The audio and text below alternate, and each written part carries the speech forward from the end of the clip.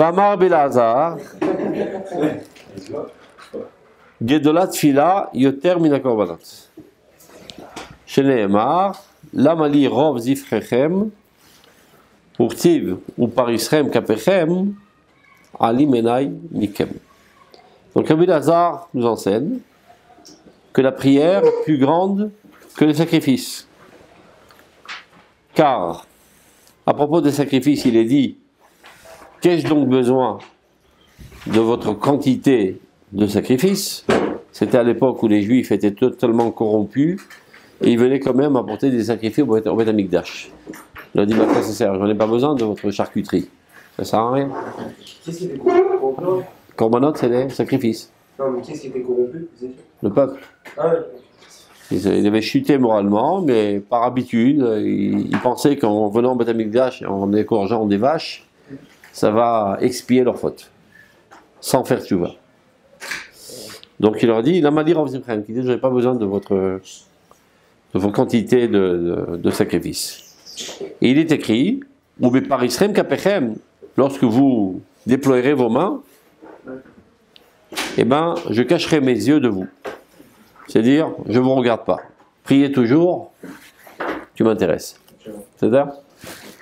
Donc, comment de là il comprend, Rabbi Lazare, que la prière est plus grande que les korbanot? Vous avez vu les psukim, vous avez compris? C'est bizarre. Est-ce que vous voyez à travers les psukim comment on peut comprendre que la prière est plus grande que les korbanot? À propos des korbanot, il leur a dit: la malir of Zimchem. Qu'ai-je donc besoin de vos quantités de korbanot? À propos de la prière, il leur dit: quand vous tendrez vos mains, c'est-à-dire c'est un geste de prière, ben je casserai mes yeux de vous, comme si que je ne vous écoute pas. Ken, tu veux dire? Moi je pense que la première, là où je roulais, c'est pour dire je m'en fiche de tout ce qui est matériel, etc. Je m'en fiche de. C'est-à-dire, c'est bien beau de me faire des sacrifices et tout, mais moi je veux votre régèche, quoi. C'est ça. Nous. Et le deuxième? Et après, le deuxième, ça pose problème, parce que là, justement, il est en train de dire je m'en fous de votre régèche. Donc, a priori, c'est pareil. Mais, la négation est pareille dans les deux sens. Dans les deux. Ça annule, quoi. Alors peut-être qu'il veut une attention à l'intérieur de la personne avant tout, même avant de le prier ou de le faire les korban. D'abord, il faut une teshuva. Ça, c'est évident. C'est évident. Mais comment qu'on voit dans les psukim que la prière est plus grande que les korbanot? Ouais. C'est ce que Rav Kook va nous expliquer. Dans le premier verset, il dit genre, en gros, j'avais pas besoin, Quel? j'en veux pas. Alors que dans le deuxième, il dit: je vais me cacher, genre, c'est pas que j'en veux pas, c'est que pour l'instant, c'est. Genre, l'autre, on a l'impression que c'est. Donc tu veux dire que la négation, elle est moins absolue. On va voir. Tu es dans le bon sens. Idgabrut Adam al Netiot Haraot. Oula. Pour se renforcer, pour que l'homme puisse se renforcer contre les tendances négatives, afin qu'il aille dans le chemin bon et droit, Asher Doresh Hashem Meitanu, que Dieu exige de nous, Yibishne Ofanim. Ça peut apparaître de deux manières. C'est-à-dire, comment faire pour se renforcer contre nos tendances sales et aller dans le bon chemin de Dieu? Eh bien, il y a deux manières. La première, Idgabrut Limit Al-Korot Ara Shebekirbo. D'abord et avant tout, se renforcer dans l'intériorité de nos forces. C'est-à-dire, dans l'intériorité, il y a aussi des sales tendances, et il faut savoir les surmonter. Allez dire Sharap Limit Veder Chatova Berachem. Et ceci se fait en se rendant apte par le bon chemin de Dieu, c'est-à-dire la Torah, les mitzvot, les midot, etc., nous apprennent à surmonter nos propres faiblesses. Donc ça, c'est une manière de contrecarrer le mal dans le monde. Le mal qu'il y a en toi, d'abord. Deuxième manière, Idgabrut Ritzonit, un renforcement extérieur, c'est-à-dire envers les forces maléfiques environnantes, et non pas celles qui sont en moi. Idgabrut Ritzonit, à la Sibot Achitzoniot. Regarde dans le texte, ça va t'aider à comprendre, on est à la ligne 56. Contre les causes extérieures, à Ovot Borlam, qui existent dans le monde, et qui risquerait d'annuler l'homme, c'est-à-dire d'écarter l'homme de son bonheur et de sa perfection. Il y a toutes sortes de courants négatifs qui t'entourent, qui peuvent t'attirer à faire le mal. Atfila, shiavoda pnimit shebalev. La prière est un service intérieur dans le cœur, comme il est dit, ou l'orvdo bechol levafrem, vous le servez de tout votre cœur. Makberet et atov shebekochot apnimim atzmam. Elle vient renforcer le bien qu'il y a dans les forces intérieures de l'homme. Par contre, à korbanot, les sacrifices, Magbirim et akochot apnimim la kochot amafrim shebebachut. Ils viennent renforcer les forces intérieures, c'est-à-dire les forces valeureuses de l'extérieur, contre les forces négatives de l'extérieur. Les goufons et la chose chez la dame. Shem kochot abehemiyut shebaolam achitzoni, qui sont les forces animales et bestiales qu'il y a dans le monde extérieur. Donc là, le Rav Kook nous a donné une explication selon la Kabbale de la cause des korbanot. Pour en faire un korban, on égorge la bestialité et l'animosité du monde. Et c'est comme ça qu'on rabaisse l'intensité du mal cosmique. C'est clair? Pourquoi ça doit passer par un animal? Ah, ça c'est les secrets divins. Si on veut baisser la matérialité, pour utiliser du matériel, pour le baisser, quoi. L'animal, on va dire, est la concrétisation de la bestialité dans le monde. Je vais le voir avec vous, mais alors pourquoi utiliser du matériel pour le baisser? Ah, ça, ta question elle est bien plus vaste. Ça s'appelle Mafli Laasot. Dans la bracha d'Asher Yatzar, tu lui dis tous les jours, Asher Yatzar Tadam Echuma Barwa, ou Mafli Laasot. C'est Mafli Laasot, il fait quelque chose d'extraordinaire. Donc, selon le Shulchan Aruch, Rabbi Yosef Karo, il dit qu'est-ce qu'il y a d'extraordinaire? Eh bien, si tu as un ballon avec plein de trous, eh ben, l'air, il s'en va. Et toi, tu es rempli de trous, et ton air, ton nefesh, ne se dégage pas. Le Réma, qui est un gars pour les Ashkenazim, il explique la chose suivante. Mazé Mafli Laasot, qu'est-ce qu'il y a de si merveilleux? Chez Kosher Rouhani Begashmi.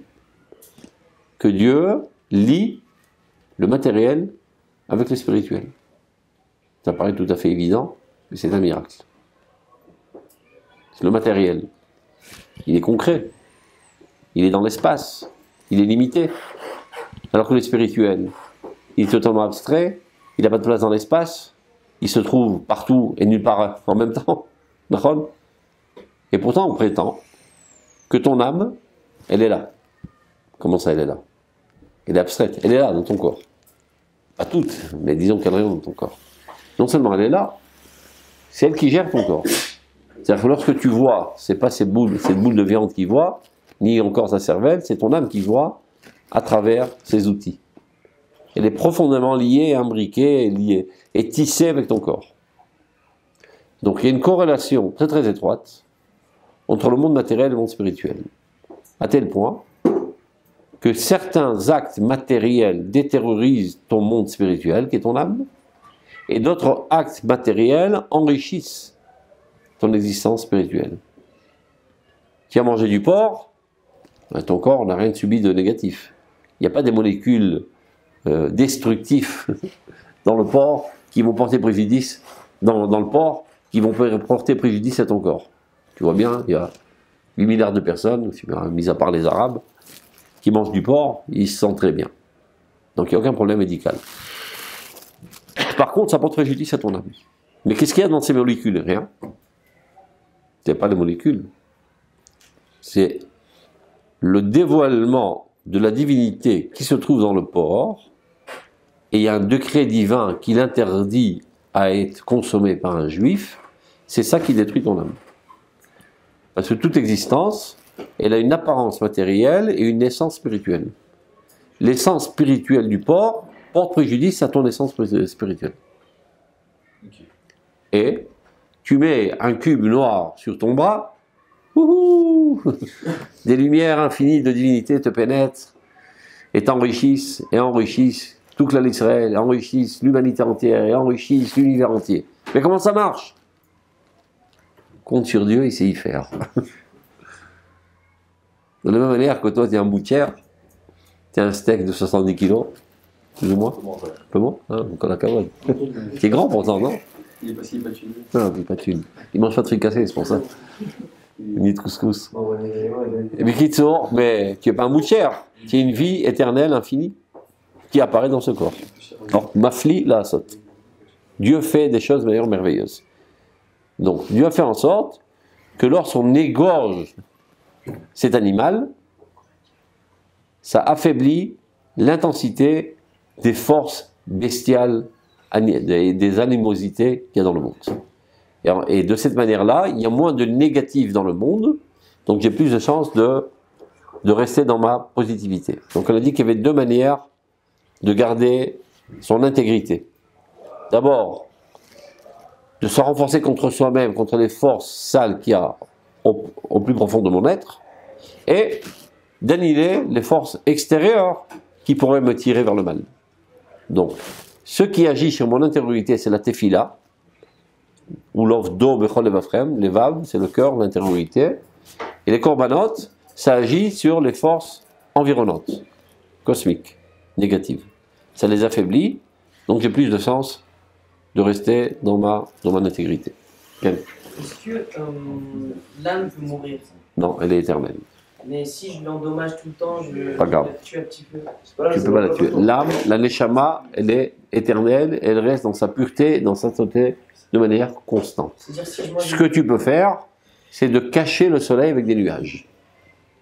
Le soleil n'a pas disparu pour autant. Il est toujours là, mais il est caché. Alors qu'est-ce qui Tu endommages ton nefesh. Ton nefesh, c'est l'aspect de vitalité divine qui est le plus proche de ton corps. Adam ou nefesh, c'est marqué dans la Torah. Le sang et le nefesh. Donc les aspects biologiques, physiologiques, voire même psychologiques, psychophysio-biologiques, c'est le nefesh. Clair? Et ça, tu peux l'endommager. Mais ça, ce n'est qu'un cache neshama. La neshama, tu dis tous les matins, neshama shenetatabi tehora. L'âme que tu as mis en moi, la neshama, elle est pure. Tu ne peux pas l'endommager. Mais c'est pas pour autant moins grave de cacher la lumière. Quand il n'y a pas de lumière, eh ben tu rentres dans le mur, tu trébuches. Le nefesh, il peut mourir. Non. Si je prends tous les jours du corps et je fais tout. Il devient très malade, etc. Et tu peux faire tchouva, et à nouveau, la neshama viendra inonder le nefesh de lumière divine et la purifier. Ok. À tes tchouva. Donc, Comment ça se fait que le Rav Kook nous donne des grands trucs, enfin, que c'était un grand homme de la Kabbalah, alors qu'il me semble que les Ashkénazes, c'était surtout à ce moment-là très ah, mais de la Kabbalah. le Rav Kook, c'est Koukla, c'est un thune. Il est Sfarad, le Rav Kook. C'est pas Ashkénaze, non? Il est Ashkenaz de race, si on veut. Mais de mentalité, il n'est pas Ashkenaz. Il est totalement trempé dans la Kabbalah. Dans l'huile d'olive et la boucha. C'est un intrus parmi les Ashkenazes. D'ailleurs, il se met les gants, il doit s'expliquer 100 000 fois pour convaincre les Ashkenazim d'étudier la Kabbale. Ça marche. Il sait très bien qu'ils ont des barrages. Alors il dit bien qu'on sait que la Kabbale a porté préjudice dans les derniers centenaires parce qu'ils ont eu la trouille à cause de Shem Shamir Kav Shabtai Tzvi, qui a fait un ravage dans le monde ashkenaz. Depuis, ils ont eu la trouille de toucher à tout ce qui est l'intériorité de la Torah. Donc pour les convaincre, il doit suer énormément le Rav Kook. Et lui, pour lui, c'est évident que l'essentiel de la Torah, c'est la Kabbale, la Neshama de la Torah, c'est la Kabbale, l'aboutissement de toute l'étude de la Torah, c'est la Kabbale, etc. Et que toute la Torah Téniglé n'est qu'une introduction à la Torah Ta'emet. La Torah Ta'emet, c'est la Torah véritable, qui est la Torah de la Kabbale. Donc tous ces écrits rayonnent de Torah de la Kabbale. Il lui dit lui-même, il n'y a pas un mot que j'ai écrit, une pensée que j'ai pensée, ou bien un mot que j'ai dit, qui n'a pas sa source dans les écrits du Harizal. Tout est pris de la Kabbale. Mais traduit dans un langage simple. Tu vois, il n'y a pas un jargon mystique. C'est l'hébreu simple. C'est de l'hébreu, parce que c'est pas l'hébreu de vendeur de patates. C'est l'hébreu haute classe, comme c'est digne de l'être pour la Kabbale. Vous avez dit que la Neshama, on ne peut pas l'appliquer, mais pourquoi il y a des fois, il y a des. Enfin, peut-être que je dis quelque chose de faux, mais je crois que les kiloïs, des fois, c'est aussi pour des tikkun, des choses comme ça, oui. Alors, Tikkun. Un tikkun, c'est pour quelque chose. Pour réparer des blessures. Oui, il y a de l'âme, du coup. Du nefesh. La neshama, elle est clal israélite. Ah, je comprends. Tu n'as pas de neshama individuel. La neshama, elle est nationale, éternelle. Elle rayonne dans ta personnalité, et c'est ça ce que tu appelles ma neshama. Comme si tu disais, c'est mon rayon de soleil.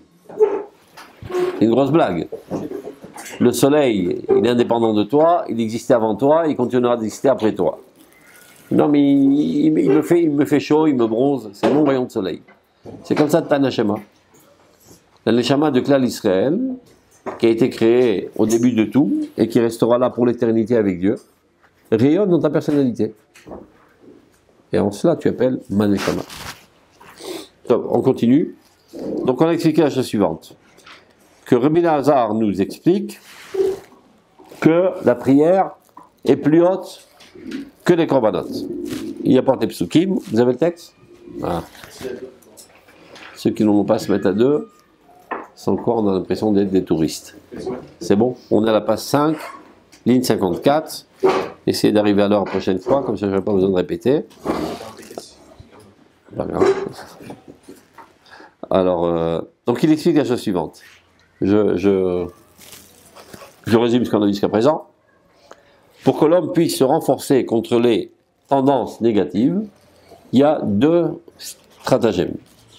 Ou il faut les deux. En contrecarrant les forces négatives qu'il y a en lui, et pour cela existe la prière, c'est l'intériorité de sa vie, la prière c'est Bouchol et Bafrem de tout ton cœur, donc l'intériorité de ta vie, et en annihilant les forces négatives qui sont dans l'existence entière, donc si je les rabaisse, il risque pas moins de me tirer vers elle, et ma positivité sera plus haute. Ça c'est les korbanot. Lorsqu'on égorge la bête, en fait, on affaiblit l'intensité du mal bestial du monde entier. C'est clair? Les forces bestiales, les animosités, etc. Alors, dans ce cas-là, pourquoi est-ce que vous ne tuez pas tous les animaux de la terre? Non, mais dans un certain rituel, dans le Beth Amikdash, etc. C'est clair? On continue. Alors, on en était à la ligne 57. Atefila, vous voyez? Ligne 57. Shei Avoda Penimit Shebalev, qui est le travail intérieur dans le cœur, renforce le bien qu'il y a dans les forces intérieures. À Korbanot, les sacrifices par contre, renforce les forces intérieures, à la Korot, c'est-à-dire qu'ils aient le dessus sur les forces qui dérangent, qui sont de l'extérieur, qui dérangent son corps, qui dérangent son âme. Shem Korot Abehemiyut, qui sont les forces animales. Chez Barolam Ritzoni, dans le monde extérieur. Alken Gedolat Fila, Yoter Mina Korbanot. C'est ce qui explique que la prière est plus grande que les korbanot. Les filles revot erech itgabut apnimit al korot hara shebeatzmo yoter mitgabuto al miniot ritzoniot. Et c'est évident parce que il est beaucoup plus important de se renforcer d'abord dans ses forces intérieures avant d'aller lutter contre les forces extérieures. J'explique. Imagine que quelqu'un déclare la guerre contre tous les criminels qu'il y a dans ce monde. C'est le shérif. D'accord? Pour établir la justice. Oui, mais lui-même, c'est un criminel. C'est une grosse blague. Avant d'éradiquer le crime dans le monde, annule les tendances criminelles qu'il y a en toi. Sans quoi ça n'a aucun sens. C'est pas en éradiquant le crime qu'il y a dans le monde que ça va enlever la tendance criminelle qu'il y a en toi. D'abord et avant tout, travaille sur toi-même pour annuler à zéro la tendance animale, bestiale, cruelle qu'il y a en toi. Deuxième plan, pour ne pas être attiré à nouveau vers ces drogues, va écarter tout mal de ce monde. Mais non. Si tu apportes des corbanotes,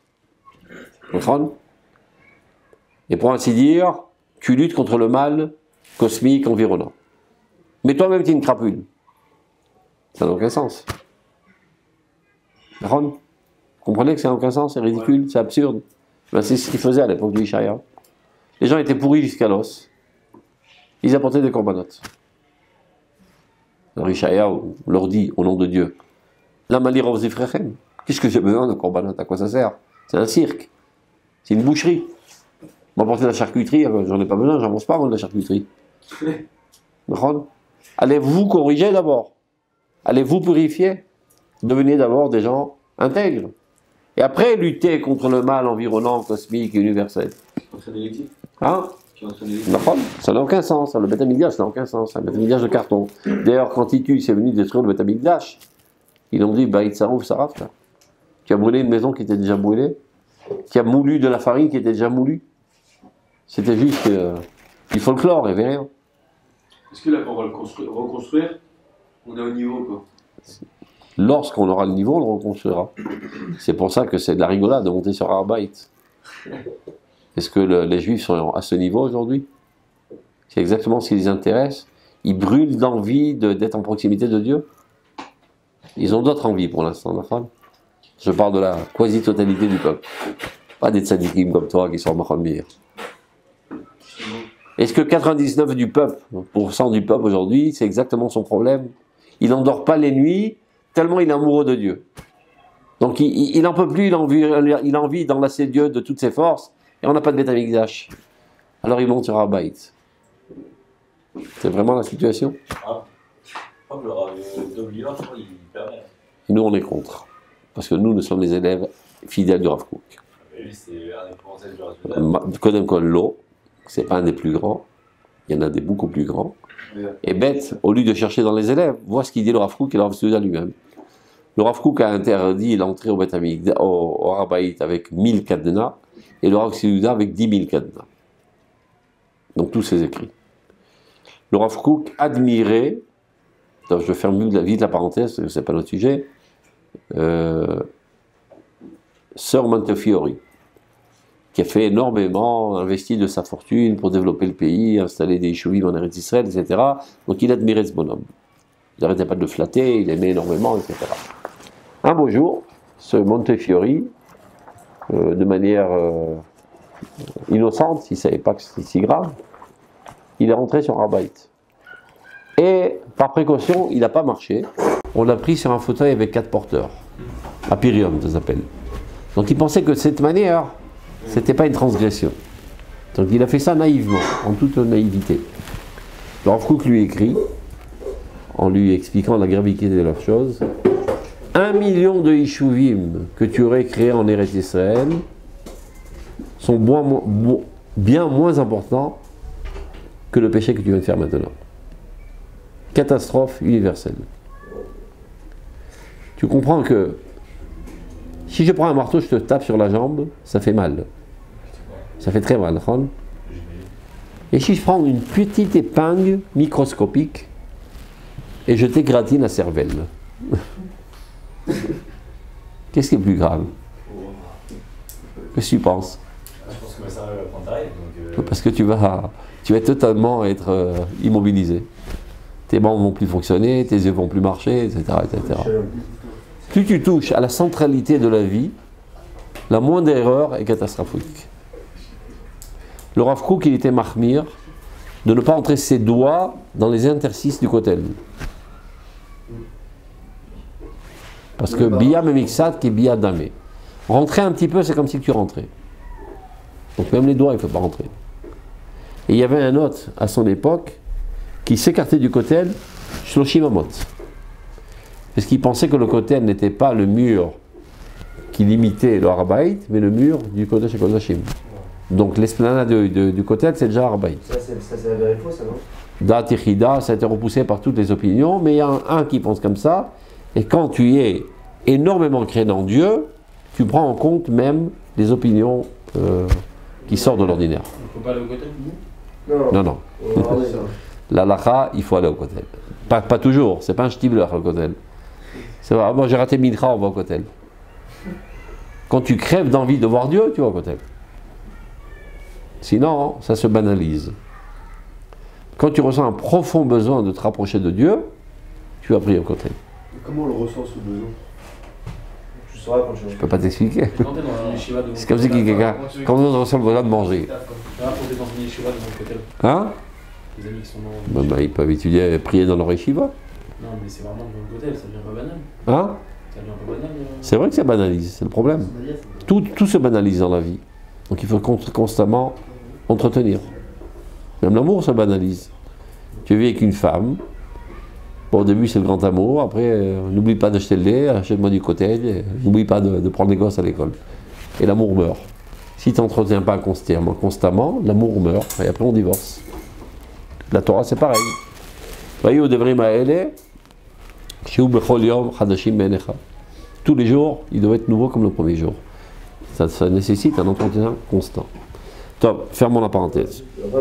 Fermons la parenthèse. C'est bon? Sinon, on ne va pas terminer notre pisca. Donc, on a expliqué, la tfila, c'est pour renforcer tes forces positives contre tes propres forces négatives.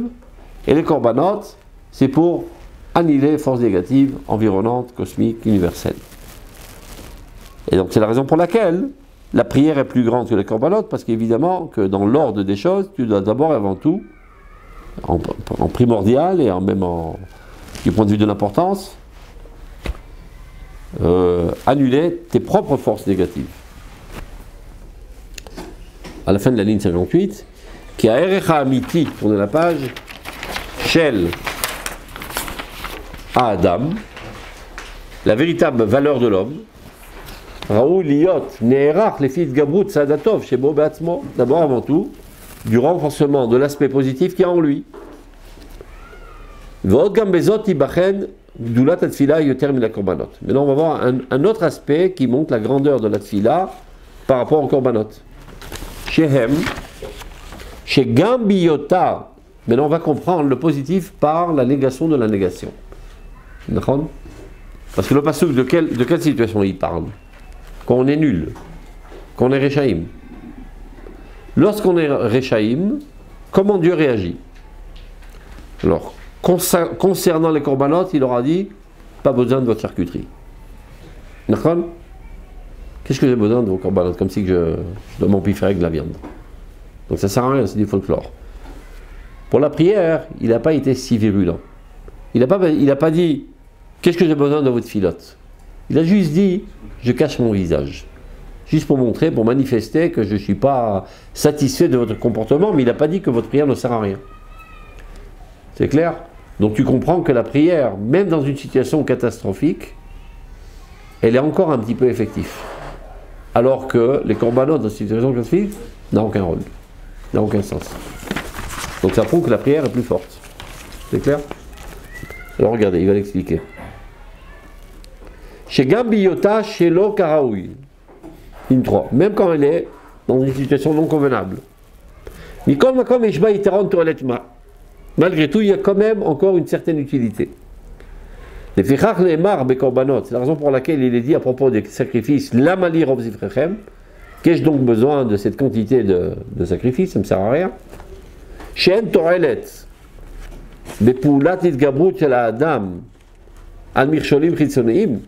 Il n'y a aucune utilité dans cette action de l'homme qui se renforce contre les entraves extérieures, tant que lui-même ne désire pas le bon chemin. C'est clair? À quoi ça sert de lutter contre la richa alors que toi-même tu es rachat? Donc c'est de la frime.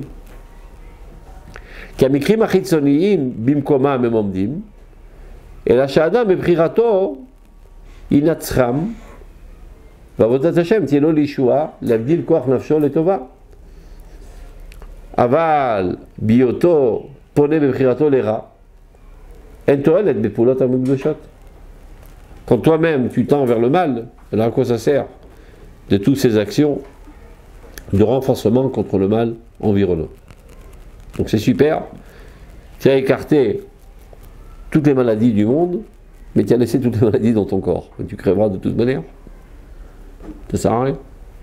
Imagine, je sais pas, tu as trouvé un moyen de purifier le globe entier de tous les microbes. Mais tu n'as pas commencé à purifier tous les microbes qui sont dans ton corps. Donc tu crèveras de toute manière, tu as perdu ton temps pour rien. D'abord purifie-toi, après pour ne pas être contaminé des microbes environnants, va à la guerre contre tous les microbes de l'univers. Sans quoi ça n'a aucun sens. Okay. Mais si c'est une personne, ça peut être un sacrifice. En mode. C'est-à-dire une personne un sacrifice. C'est-à-dire si c'est une seule personne, je dis bon ok, je vais faire des trucs qui sont pas beaux, qui sont pas bien. Ouais. mais je vais éclater tout le mal. Et alors? Et moi, après, bah, je meurs. Et Ok, alors je suis mort. Ah, pour la bonne Pas dans cause. le monde. Pour la bonne cause. Ah, c'est- Il se donne pour la bonne cause. Mais quelle est la logique en cela? Pourquoi irait-il contre le mal alors qu'il aime le mal? S'il fait du mal, c'est parce qu'il aime le mal. Ouais, c'est ça. Donc c'est idiot. Oui, mais le mal ne veut savoir qu'il n'est pas juste. Non. Qu'il est mal. Tu dis, je haïs le mal, mais j'ai pas la force de lutter contre lui. Ah, ça, je dis ça tous les jours. C'est-à-dire, mais si tu continues à faire le mal, il se peut que, comme tu le dis, je haïs le mal, mais j'ai pas la force. Donc, je te demande, qu'est-ce qui est plus difficile?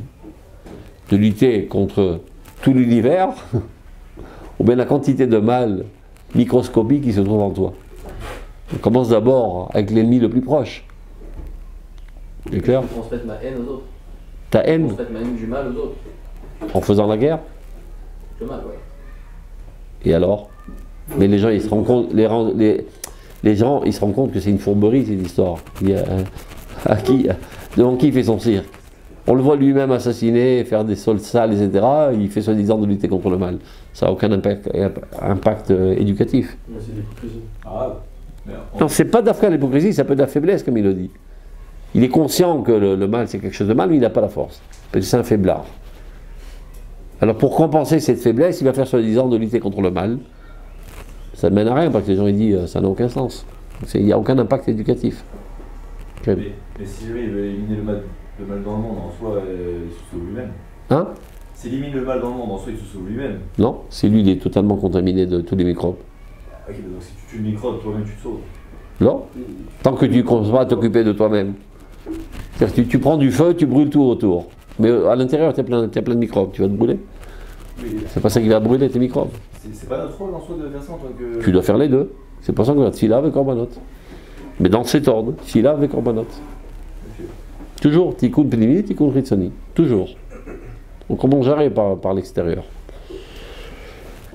Et donc on continuera à faire des filottes quand il y aura les corbanes.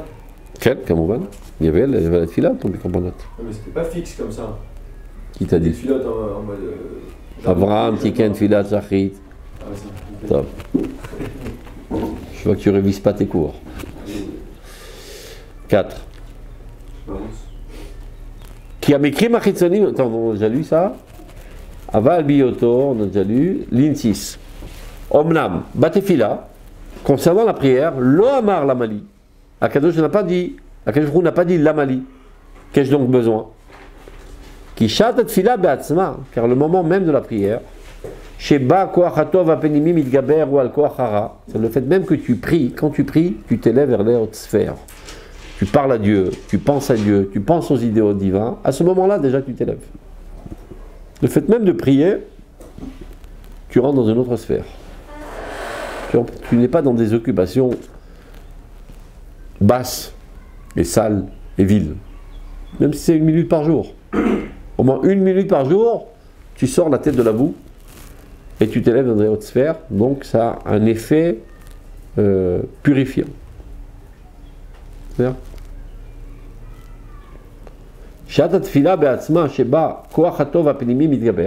Donc à ce moment-là où la force intérieure du bien se renforce, à la koachara, sur la force négative,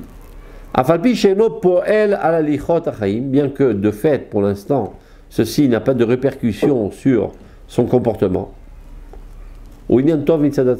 malgré tout, il y a en cela un certain bien.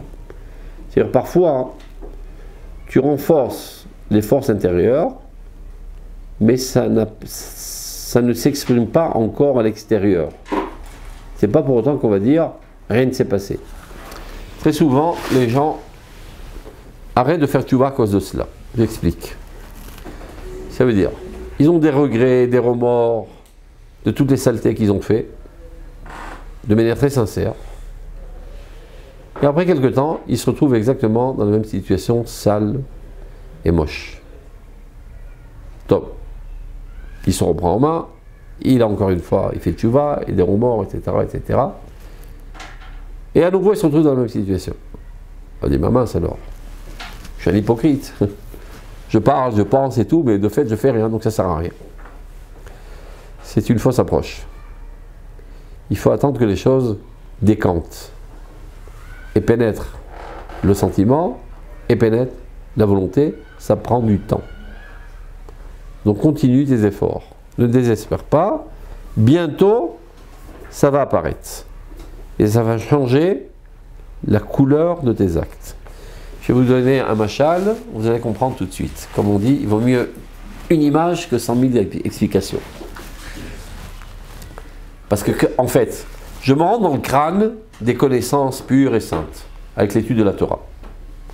Donc, a priori, les œuvres de mes mains devraient avoir la même couleur que ce que je suis rentré dans le crâne. Mais c'est pas ce qui arrive. Je me rends dans le crâne des idéaux très purs, très saints, etc., très nobles, mais les œuvres de mes mains sont très moches et très sales et très noires.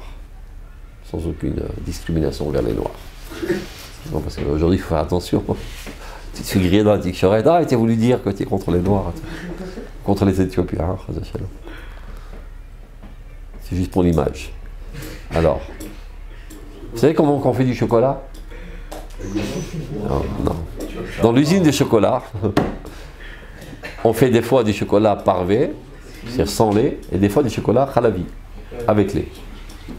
Oui, mais ça ne vaut pas le coup d'entretenir deux usines, ça coûte trop cher. C'est la même usine qui fait le chocolat parvé et le chocolat halavi. Avec la même machine. Oula, c'est compliqué la machine. Oh là là. Enfin, en gros gros nettoyage quoi. Disons qu'il y a un tuyau de 100 mètres. C'est-à-dire tu rentres ici les graines de cacao, et c'est broyé, etc. Et finalement ça sort en tablette de chocolat. Il y a un tuyau de 100 mètres.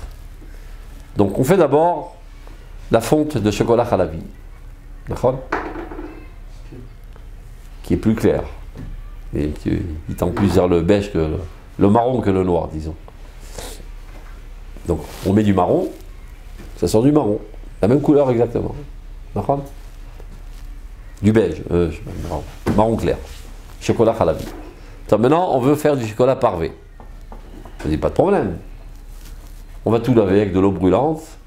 Hop, une fois que tout sera propre, on commence le chocolat parvé. Oui, mais tu sais combien qu'il y a de tonnes de chocolat qui sont collées dans les parois des tuyaux? On va pas te jeter tout ça à la poubelle quand même. C'est dommage. D'accord? Alors comment qu'on fait? On rend du chocolat parvé. D'accord? On rend du chocolat parvé. De couleur noire, disons. Miracle. De l'autre côté du tuyau, marron clair. Ben c'est pas possible cette histoire. Et alors qu'est-ce qu'il faut faire? Encore du chocolat, encore du chocolat, encore du chocolat. Quand on trouvera exactement la même couleur, on saura que toutes les parois ont été nettoyées. Et maintenant c'est du chocolat parvé. Du coup il est pas parvé. Il est parvé. Non, le chocolat. Non, ce qui est intermédiaire, il n'est pas parvé. C'est clair? Il est encore Cheskat Halavi ou Halavi Mamash. Quand est-ce qu'on dira, on mettra le tampon qu'il est parvé? Quand c'est exactement la même couleur. Donc ça prouve que ça a tout nettoyé. Vous avez compris le machal? Je rends du chocolat, et la couleur de mes comportements ne change pas, je suis toujours aussi sale. Qu'est-ce qu'il faut faire? Rajoute encore quelques tonnes de chocolat dans le crâne. Rentre au Beth Midrash et étudie encore de la Torah, et encore de la Torah, et encore de la Torah, jusqu'au jour où les couleurs de tes actes seront à la même noblesse que les pensées que tu as accumulées dans ton crâne au Beth Midrash. Donc ne désespère pas si pour l'instant tes actes sont sales. Rajoute des remords et rajoute de la Torah. Et un beau jour, tu pourras mettre le tampon, je suis cachère. C'est clair? Je suis parvé, je suis halavi, je sais pas selon tes goûts. La même image cachère pas cachère, ça marche? Hein? La même image cachère pas cachère, ça marche? Toutes les images que tu as envie. Non, genre chocolat pas cachère. En réalité, je veux pas. Je sais pas, ça n'existe pas en tout cas. Et il y a Hollywood qu'en France, c'est comme ça qu'ils font. Oui, je sais pas s'il y a du chocolat cachère qui est fait en France, je pense pas. si, À mon avis, c'est importé d'Israël ou de Manchester, un truc comme ça. Mais supposons qu'il y en a qui est fait cachère, je pense pas qu'ils ont une usine spéciale pour le cachère. Par exemple, pour le vin, c'est comme ça qu'ils font. Ils prennent une usine de vin taref, ils cachérisent, et pendant une ou deux semaines, ils font quelques dizaines de milliers de bouteilles cachères, et hop, ils s'en vont. Ah, Quel? j'avais une question sur un mot, le mot toilette, c'est quoi? C'est des Utilité. Utilité. Ya'il, c'est utile. Donc, on continue. Alors, Omlam Batefila, on reprend. Ligne 6. Par contre, dans la Tefila, l'Amar Lamali, il n'a pas dit pourquoi, qu'est-ce que j'ai besoin de Tefila. Qui chat Tefila Batsma, car le moment même de la prière, chez Bakwa Hatov Apnimi Mitgaber ou Al Hara, dans lequel la force positive intérieure de l'homme se renforce contre les forces extérieures du mal, les forces mal qui est en lui. Afapi Sheno Poel Alalechotachayim, bien que apparemment ceci n'a pas d'action ou d'effectivité sur ses comportements, tu vois, c'est une crapule, il prie et il a une crapule. Ou il y a un tov mitzadatzvo. Mais c'est quand même quelque chose de positif en tant que tel, parce que ça commence déjà la révolution dans l'intériorité de sa personnalité. Qui chata tefila be'atzma, car le moment même de la prière, non, ça on l'a déjà vu, aval kevan she'en ba atoel et amitit, mais vu que ce n'est pas encore totalement effectif, les yasher gamken darkei chaim, à tel point que ça rend plus droit les cheminements de ta vie, c'est-à-dire tes comportements, l'autochal agia mimena atoelet shel sagat meukash, ça n'espère pas que tu vas être exaucé par ta prière. Et c'est pour ça que Dieu a dit Alim enechem enaymikem, je casserai mes yeux de vous comme si que je ne vous écoute pas, comme si que ça ne sert à rien. C'est-à-dire, qu'est-ce que ça veut dire? Alim enaymikem, je ne vous exaucerai pas. Mais ça ne veut pas dire que ceci n'a pas agi pour vous bonifier. Donc il y a quand même une certaine utilité. C'est ce qu'il dit. Dieu n'a pas dit qu'il y a en cela aucun profit. Bien qu'on ait appris précédemment dans la Gemara, et il y avait une piska du Rav Kook, que celui qui écarte ses oreilles de la Torah, alors sa prière aussi est une toeva. Ou le fiche à tefila, teviye ou le rakech levavo, ou le karef chevso, el ma shenirelo, shu tov yashar lifnei Hashem. La prière a un effet d'attendrir le cœur. C'est un cœur de pierre, tu pries, ça t'attendrit le cœur, il est plus éponge. Mais non. Maintenant, on reste à savoir si tu connais véritablement la définition du bien et la définition du mal. Si tu connais pas la définition du bien et la définition du mal, eh bien, tu peux penser que le mal est bien, que le bien est mal. Si tu n'as pas appris les définitions. Où on apprend les définitions du bien et du mal? Dans la Torah.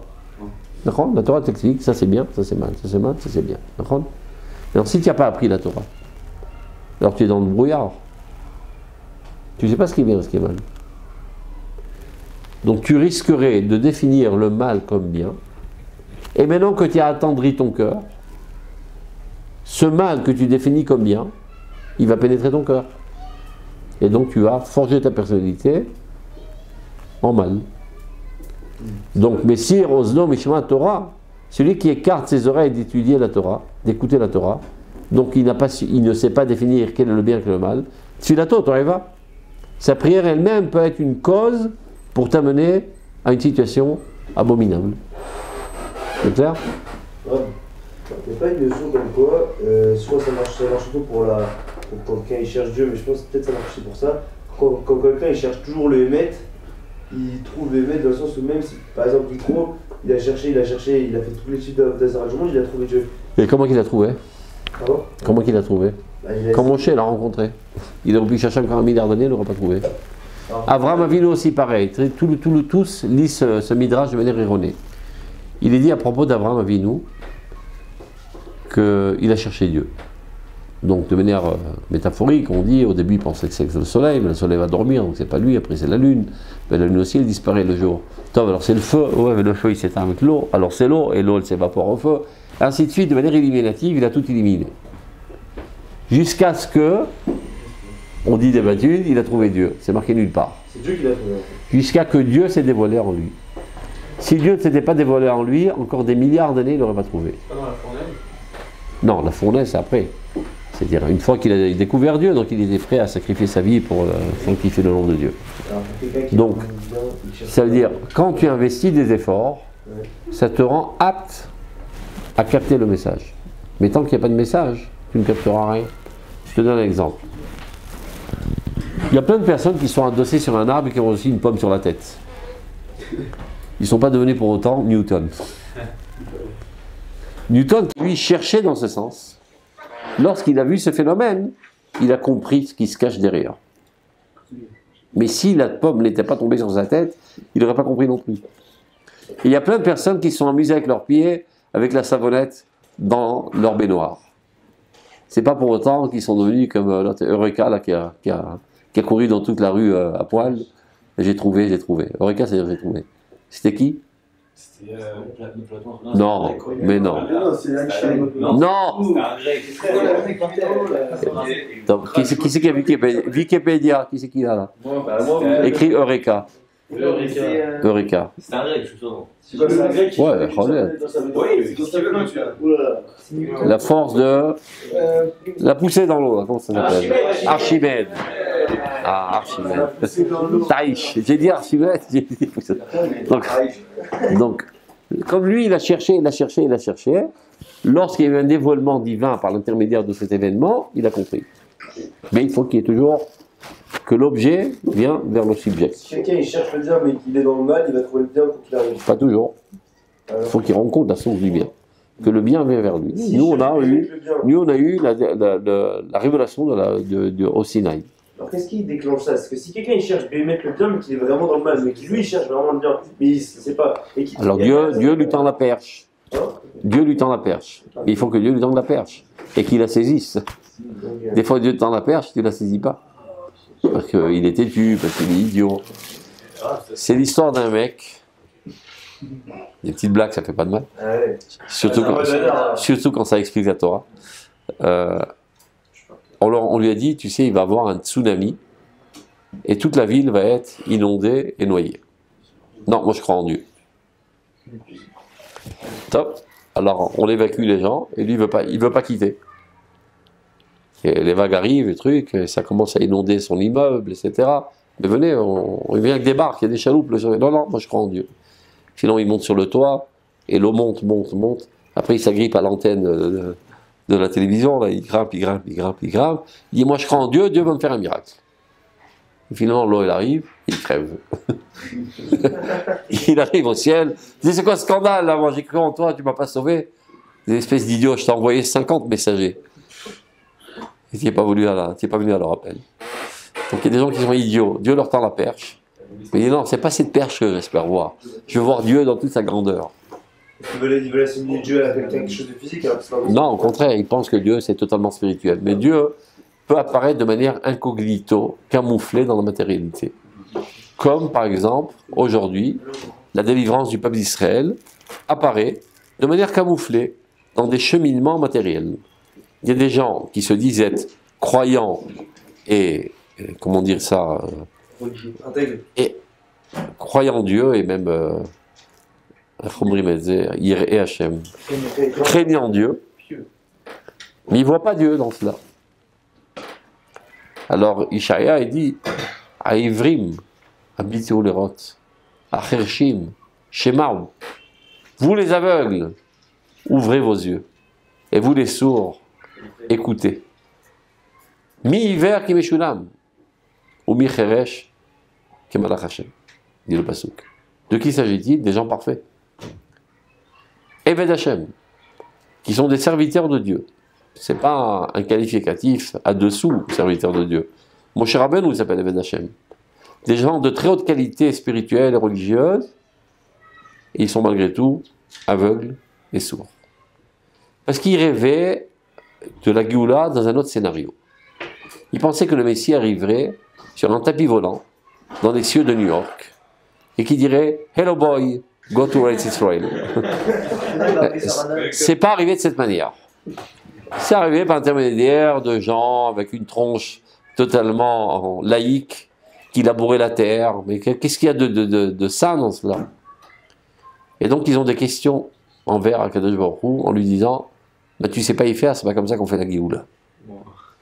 Ils critiquent. Mais elles sont venues d'où toutes ces idées? Hein? Elles sont bien nées quelque part. Elles sont nées dans des fantasmes. Des fantasmes d'où? C'est Hiroshima, par exemple. On se fait des fantasmes. Ou bien, comme dit le Rambam, ce sont des idiots qui ne savent pas lire les midrashim comme ils doivent se lire. Dit le Rambam. Tous les midrashim sont des métaphores. Mais il y a des idiots qui comprennent ça au pied de la lettre.